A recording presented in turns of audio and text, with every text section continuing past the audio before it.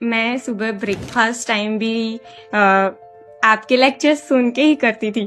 तो अभी मेरे घर में सबको आपकी आवाज मालूम है।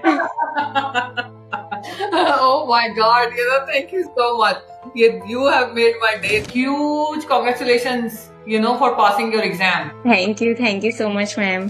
तो आपको जेन्युइनली अगर अपने फ्रेंड्स को बताना हो, जैसे हम आप बात करते हो अपने फ्रेंड्स के साथ, आपको क्या डिफरेंस लगा? आप क्या बता सकते हो कि दिस क्लास वर्सेस एफपीएनपीसी क्लास, आप क्या बताओगे किसी को?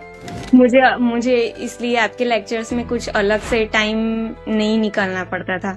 मैं मेरे हस्बैंड के साथ हॉस्पिटल में भी रहती थी, तो मैं तब भी लेक्चर सुन लेती थी कि मेरा इतना हो गया, तो मैं जब घर पे जाऊंगी तब मैं जब मुझे वक्त मिलता है तब मैं क्वेश्चंस करती, और मेरे पास जब टाइम नहीं होता तब मैं लेक्चर्स एंड ओनली लेक्चर्स ही सुनती थी।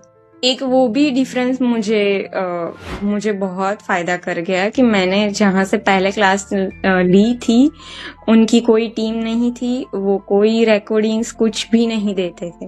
Wow, and I want to say hats off to you. I'm so proud of you, going through so much, looking after your husband, and then you still manage this, self-study program. और यार कोई गुजराती में message दे दो यार जाते जाते।